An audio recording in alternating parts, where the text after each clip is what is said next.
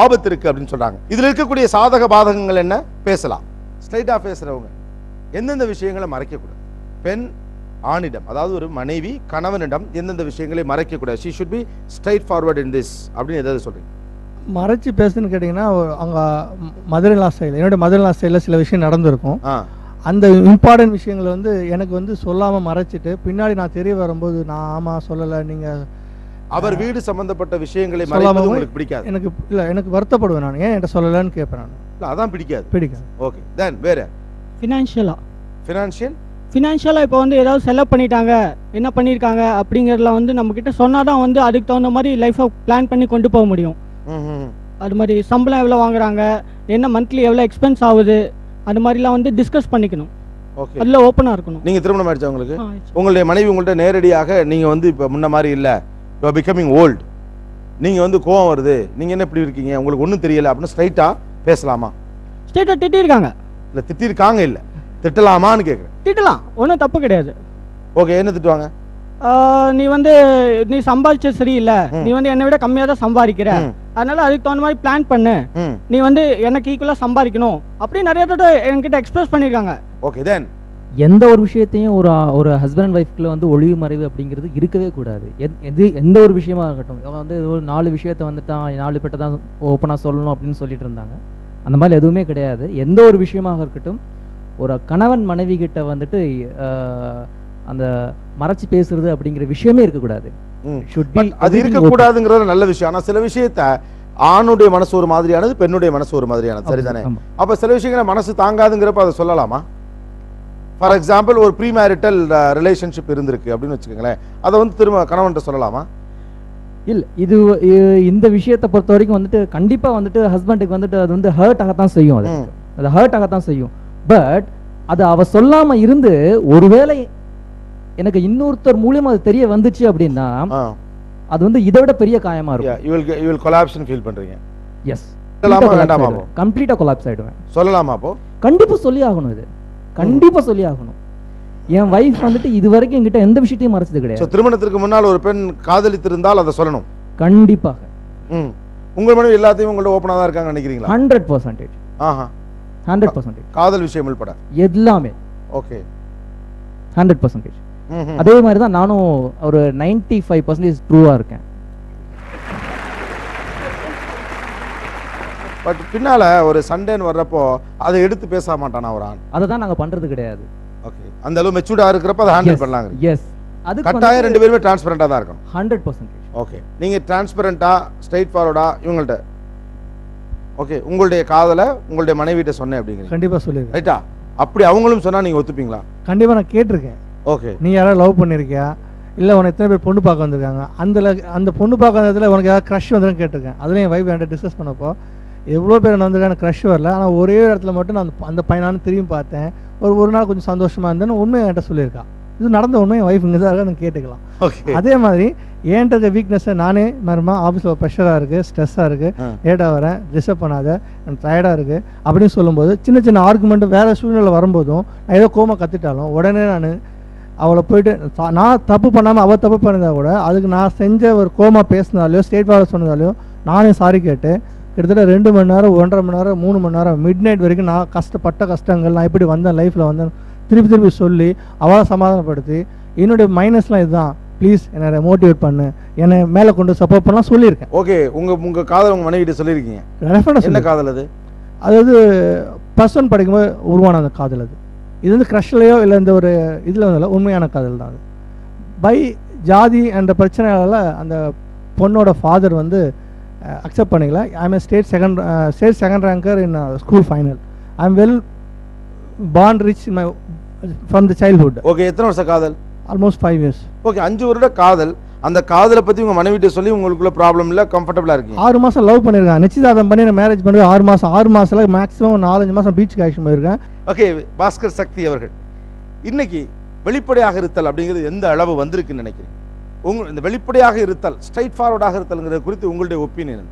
கமுக்கமாக தேவையான விஷயத்தை மட்டும் சொல்றது, தேவையான இடத்துல சொல்றது, சில விஷயங்களை காரணங்களுக்காக மறைத்துக் கொள்வது, இப்படி ஒரு தரப்பு. எதா இருந்தாலும் ஸ்ட்ரைட்டாக நான் சொல்லுவேன், உண்மையாக பேசுவேன், அப்போதைக்கு ஹர்ட் ஆகிறத பற்றி நான் கவலைப்பட முடியாது. இந்த நிலையை நீங்கள் எப்படி பார்க்குறீங்க?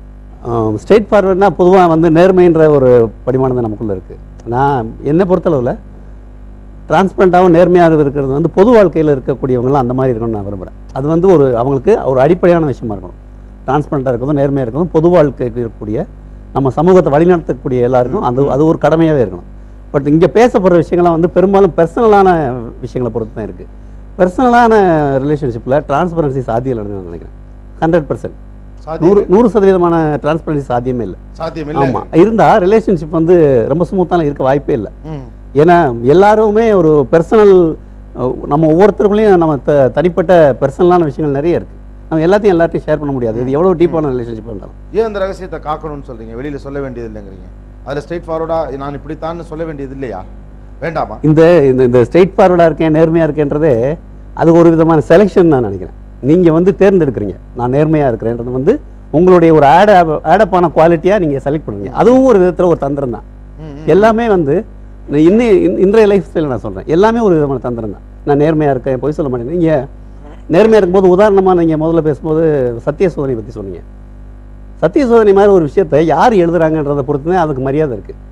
காந்தி எழுதுனதுனால தான் நீங்கள் வந்து அது ஒரு பெரிய விஷயமா நம்ம போற்றுறோமே தவிர, ஒரு லேமேன் வந்து தன்னுடைய லைஃப்பில் நடந்த எல்லா விஷயத்தையும் இப்படி ஓப்பனாக பேசினா நீங்கள் வந்து அவனை அக்செப்ட் பண்ணவே மாட்டீங்க. சமூகம் தூக்கி துற போட்டுருவீங்க. பாலச்சந்திரன் சொல்லிக்காருன்னு ஒரு ரைட்டர் எழுதியிருக்காரு. தன்னுடைய சின்ன அவருடைய கீழ்த்தரமான எண்ணங்கள், அவர் ஒரு சேல்ஸ் கேர்ள்ட்டு தப்பாக நடந்த விஷயம், இது மாதிரி ஒவ்வொரு விஷயத்தையும் அவர் டிரான்ஸ்பரண்டாக எழுதியிருக்காரு. அது வந்து ஒரு லிட்ரேச்சருங்கிற ஒரு அந்தஸ்துக்கு அது மாறிடுது. ஆனால் நீங்கள் ஒரு சராசரி மனிதன் அப்படி சொல்கிறத நீங்கள் அனுமதிக்க மாட்டீங்க. உங்கள் வீட்டுக்குள்ள விட மாட்டீங்க. நீங்கள் அவனை அப்படி ஒரு ஆள் வந்து ஒரு பக்கத்து வீட்டுக்காரனால நீங்கள் இருந்தால் நீங்கள் அவனை ஜீரணிக்கவே மாட்டீங்க. அதனால் எல்லா விஷயத்துலையும் டிரான்ஸ்பரன்சி சாத்தியம் இல்லை. ஒரு விஷயத்தை நான் இதில் ஒத்துக்குவேன். ஹஸ்பண்ட் அண்ட் ஒய்ஃப் பற்றி சொன்னாங்க. அது தனிப்பட்ட அந்த 2 நபர்கள் பொறுத்து ஓரளவுக்கு டிரான்ஸ்பரண்ட்டாக இருக்கலாம். ஏன்னா அது அந்த உறவின் தேவையானது. ஏன்னா அவங்க காலமுறை கூட இருக்க போகிறாங்க. அவங்ககிட்ட ஓரளவுக்கு மேலே மறைக்கவும் முடியாது உங்களால். நீங்கள் பழைய விஷயங்களை வந்து மற்றவங்ககிட்டலாம் நீங்கள் முகமுடி போட்டலாம், அவங்ககிட்ட ஓரளவுக்கு மேலே உங்களால் முகமுடி போட முடியாது. ஸோ அந்த ஒரு ரிலேஷன்ஷிப்பில் வந்து ஓரளவுக்கு நீங்கள் டிரான்ஸ்பரண்ட்டாக இருக்கக்கூடிய, அது என்ன சொல்கிறது, சந்தர்ப்ப சூழ்நிலையால் நீங்கள் டிரான்ஸ்பரண்ட்டாக இருந்தாக வேண்டிய ஒரு வாய்ப்பு இருக்குது. அதில் கூட அவர் 95% தான் சொல்கிறார், ஒரு 5% அவர் கைட் பண்ணுறாரு. ஸோ இது சாத்தியமே இல்லை. நம்ம என்னன்னா நம்ம ரிலேஷன்ஷிப்பை ஸ்மூத்தாக எப்படி கொண்டு போகிறதுன்னு தான் நம்ம வாழ்க்கையே. ஒரு ஸ்மூத்தான ரிலேஷன்ஷிப், ஸ்மூத்தான வாழ்க்கை. இந்த ஸ்மூத்னஸுக்கு விட்டு கொடுத்தல் தேவை. சில விஷயங்களை மறைக்கணும், எல்லா விஷயத்தையும் வெளிப்படையாக பேசினா ஒரு தொந்தரவாதம் அவங்க நினைப்பாங்க. நம்ம சமூகத்தின் இயல்பில் ஸ்ட்ரைட் ஃபார்வர்ட்னஸ் கம்மி, வெளிப்படைத்தன்மை கம்மி. இன்னும் சொல்லப்போனால் கருத்து கணிப்பு பற்றி சொல்லுவாங்க. இந்திய சமூகத்தில் கருத்து கணிப்பு 100% சரியாக இருக்காதுன்னு சொல்லுவாங்க. ஏன்னா நீங்கள் யாருக்கு ஓட்டு போகிறீங்கன்னு நீங்கள் வெளிப்படையாக சொல்லவே மாட்டீங்க. ஆனால் இது மேற்கொள் நாடுகள் அப்படி இல்லை, அவங்க வெளிப்படையாக சொல்கிறாங்க. அந்த சமூகத்தின் அமைப்பு அப்படி இருக்குது. இப்போ வர்ற ஜென்ரேஷனில் சில விதிவிலக்குகள் எனக்கு தென்படுது. என்னென்னா, முன்னாடி இருக்க பெண்கள், என் வயசு கல்லூரி பெண்கள்லாம் வந்து தங்களுக்கு பிடிச்ச ஹீரோவை தங்களுக்கு ஃப்ரெண்ட்ஸ்கிட்ட தான் சொல்லுவாங்க. இப்போ என் தங்கச்சி பொண்ணு டிவியில் பார்த்துட்டு சூர்யாவை நல்லா இருக்காரு, மாதவன் நல்லா இருக்காருன்னு அம்மாக்கிட்டே சொல்கிறேன். அப்படி ஒரு சின்ன ஒரு மாற்றம். அது வந்து இப்போ நம்ம அந்த குளோபலைசேஷனுக்கு அப்புறம் ஒரு சின்ன சேஞ்ச் வருது. ஆனால் இது முழுமையான சேஞ்ச் இல்லை. எந்த ஒரு சொசைட்டி வெளிப்படைத்தன்மையோட முழுக்க இருக்கோ அங்கே தான் வந்து வெளிப்படைத்தன்மை சாத்தியம். நம்ம வந்து நிறைய விஷயங்களை போய் சொல்லுவோம், நிறைய விஷயங்கள்ல நம்ம தேவையாக இருக்குங்கிறீங்க. ஆமாம், அது தேவைதான். அப்போ முகமூடி அணிந்து கொண்டு பேசுறது அப்படிங்கிறதுல கூடிய சுவாரஸ்யமும் சந்தோஷமும் என்ன? நீங்கள் நேரடியாக பேசினாலே அவர் ஒரு போரான ஆளாக தான் இருப்பார். ஒரு ஆள் வந்து நான் ஒருத்தரை பார்க்குறேன், கோபிநாத் கோட் நல்லா இருக்கு, நீங்கள் அழகாக இருக்கீங்கன்னு சொன்னால் தான் உங்களுக்கு சந்தோஷம். நம்ம நேரடியாக சொன்னால் உங்களுக்கு ஒரு சின்ன ஒரு வருத்தம் இருக்கும். எல்லாருமே இது வந்து முகமூடின்னு சொல்லும்போதே அதில் ஏதோ ஒரு நெகட்டிவான ஒரு இது இருக்குது. அது நெகட்டிவான விஷயமா நான் பார்க்கல. நீங்கள் அடுத்தவங்களை புண்படுத்தக்கூடாதுங்கிறது ஒரு நல்ல விஷயம் தானே. அதுக்கு நீங்கள் வந்து ஒரு விஷயத்தை வந்து மறைச்சு சொல்லும்போது அதை எப்படி முகமூடின்னு நீங்கள் சொல்லுவீங்க? நீங்கள் இது கல்யாணத்திலேயே ஆரம்பிக்கும். பொண்ணை பிடிச்சிருக்கான்னு கேட்பாங்க. 100% பிடிச்சா கல்யாணம் பண்ணுறான், ஏதோ ஒரு அளவு பிடிச்சிருக்குன்னு சொல்கிறான்.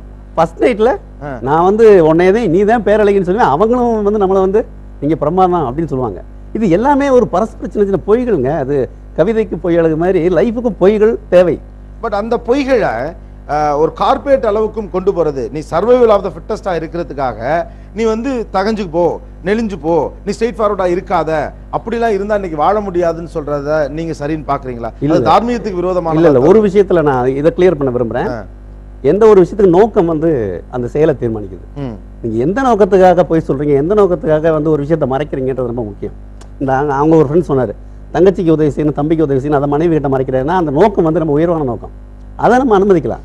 ஆனால் வேற ஒருத்தர் சொல்லும்போது நான் வந்து நைட்டு 11 விடிய விடிய பொண்ணு கூட பேசுவேன், அம்மாட்ட வந்து இல்லை இல்லை பையன் கூட பேசிட்டேன்னு சொல்கிறார் இல்லையா, அந்த நோக்கத்தை நம்ம சந்தேகிக்க வேண்டியிருக்கு.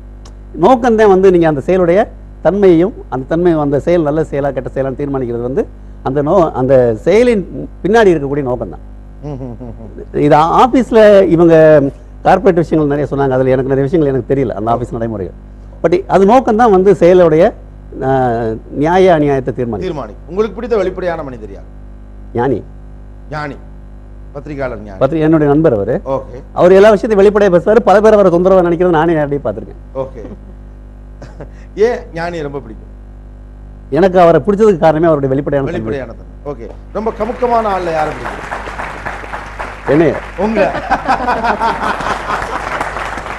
அதுக்கு ஒரு காரணம் இருக்கு. என்னுடைய அம்மா என்னுடைய ஒய்ஃப் எல்லாம் வந்து நான் வந்து ரொம்ப வெளிப்படையான ஆளு, எதுனாலும் சட்டு சட்டுன்னு பேசுவேன்னு சொல்லுவாங்க. ஆனா நான் அப்படி இல்லைன்னு எனக்கு தெரியும். உங்களுக்கு தெரியும். சோ நம்ம கமுக்கமா இருக்குங்கிறது தெரியாத அளவு கமுக்கமா இருக்குங்கிறது ஒரு சொந்தமாக பாராட்டிக்கொள்ள வேண்டிய ஒரு விஷயம். அது நான் எதை பேசுறேங்கிறத பொறுத்தது. Okay okay okay. சரியான விஷயங்களை நான் சொல்லிடுவேன். சில விஷயங்களை சொன்னா அவங்க சங்கடப்படுவாங்கன்னு சொல்ல மாட்டேன். ஒரு சிறிய இடைவெளிக்கு பிறகு தொடர்ந்து பேசுவோம். Line date syrup Neeya Naana powered by ரானின். Lion date syrup Neeya Naana powered by ரானின்.